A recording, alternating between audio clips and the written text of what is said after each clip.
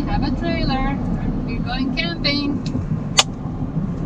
So last weekend we picked up the trailer and we brought it home and we put it in the storage for a week since we're working during the week. And we picked it up again last night and brought it back home. This morning we packed it up and now we're on our way for the camping for the first time for just one night. We're driving 2 hours north to Clear Lake Campground, and then tomorrow we'll be driving back. So short and sweet. We're super excited to try it out, camping for the first time in our own camper.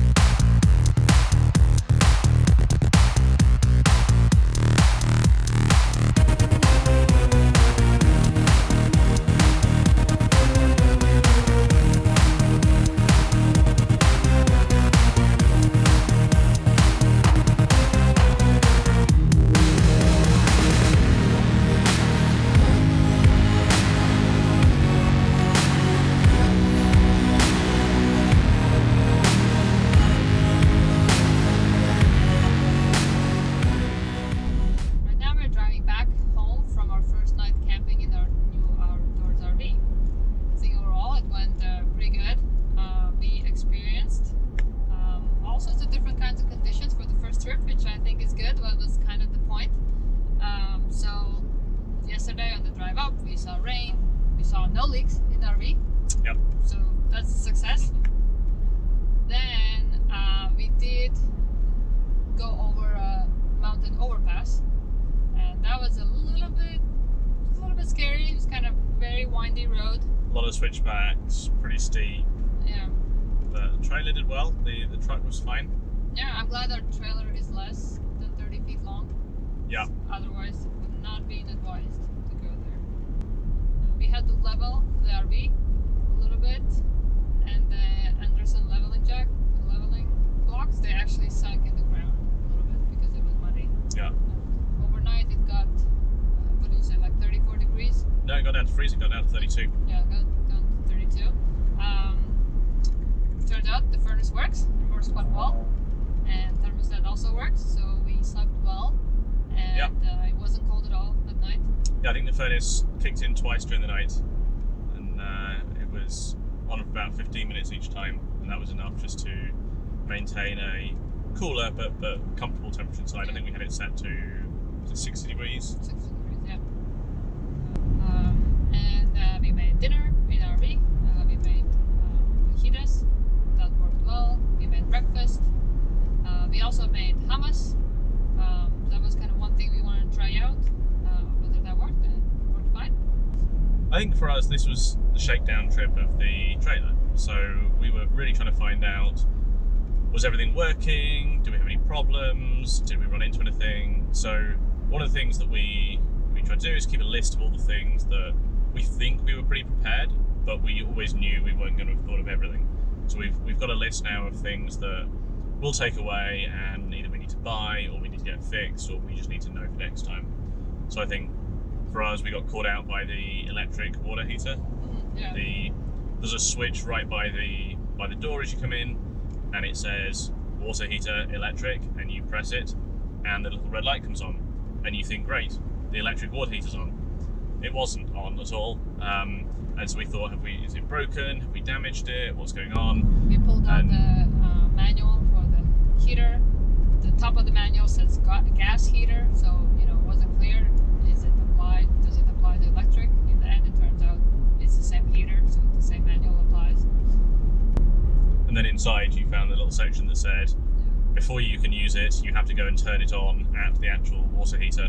And that's a kind of a safety thing to make sure that there's water in the actual tank that the heater uses, because if you turn it on the electric mode without any water in there, that's almost a guaranteed way to almost instantly burn out the element. Yeah. So we turn that on, and then that worked fine, but we also double checked and the propane powered water heater's working fine, the slide out and the awnings all worked, the fridge worked fine both on gas and on the electric mode.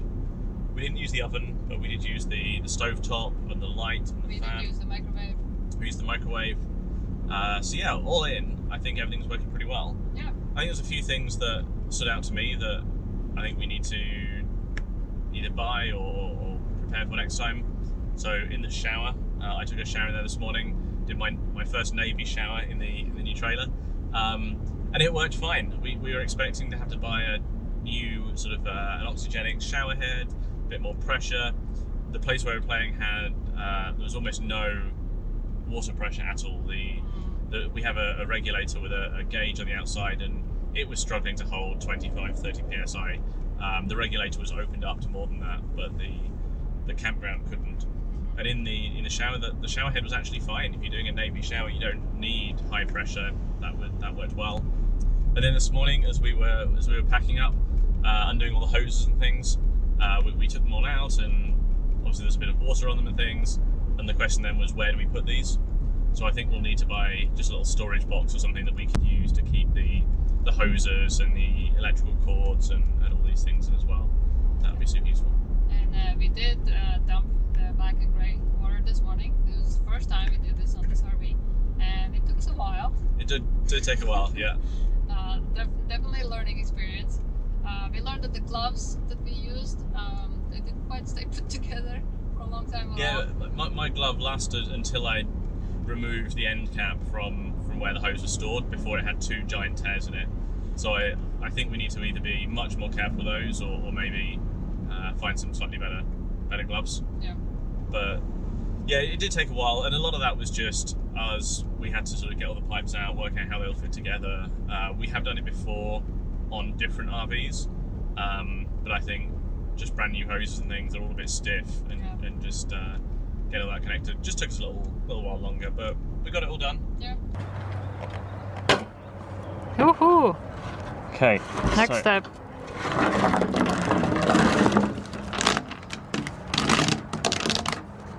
See if we can keep it manageable.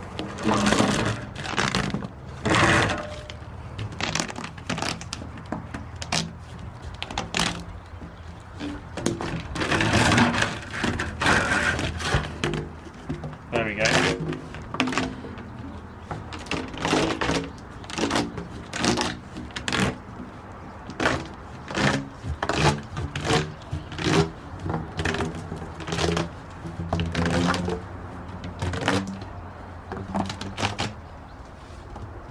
Okay, so we have our sewer hose. Let's go get it hooked up. So I'm going to remove the cap on the end. And we're starting with the black tank. Oh, never mind. Oops. I think These gloves, I think we're probably going to need different gloves to these. They've survived the walk around the RV so far.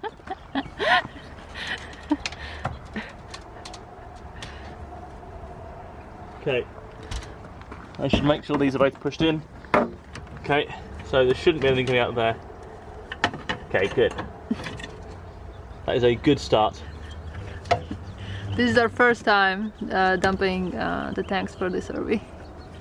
Okay, so we got that hooked on. Solid. So far, so good. Right, next up, we'll take our little adapter. We're going to take it over to the...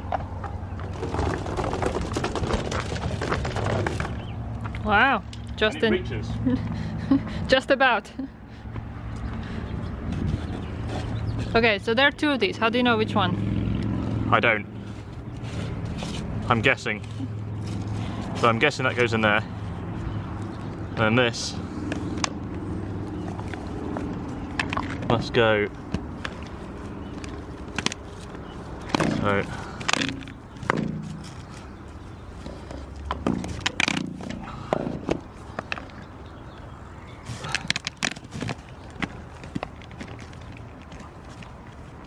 okay, so we're locked in. There's some, what is the arrow? Lock? Lock sounds good.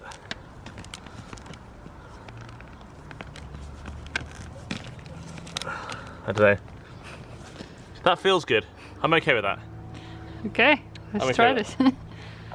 Okay, so we're going to start with the black tank.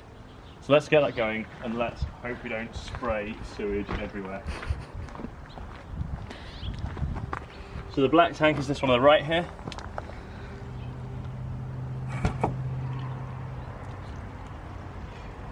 Okay, something is flowing through. And right now we probably have sewage somewhere around here in the pipe. I'm okay with this. This is okay. Another thing we learned that we will need to get the sewer hose support system, because otherwise the hose goes kind of on the ground and then it kind of stays there, and the contents don't flow out because the end cap ends up being higher than the ground. Yeah, I think that was exacerbated today. So we had our sewer hose at almost full extension to reach from the connection on the side of the trailer down to the connection on the ground. And I think just when it's fully stretched out as well, that doesn't help things. And like you say, having a support that can maintain the gradient would have stopped us having to like lift the pipe to usher the contents along.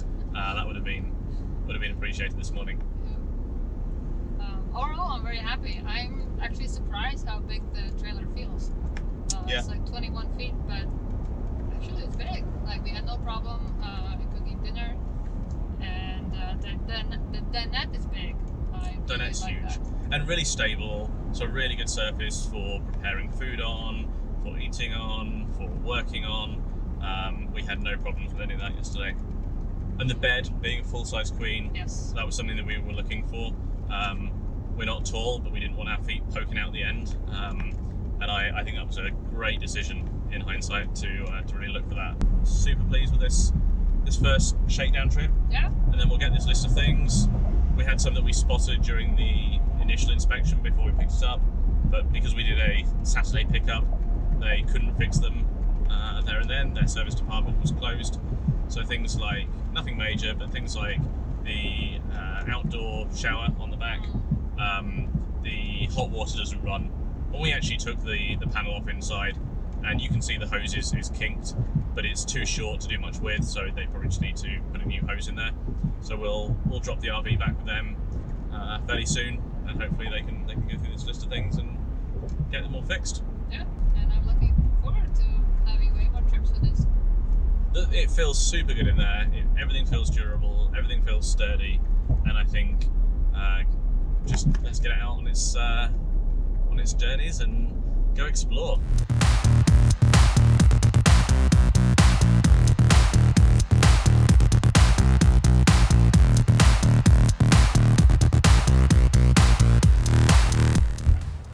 So somehow this pot came out of here. This obviously has slid from here, but this is where that pot was.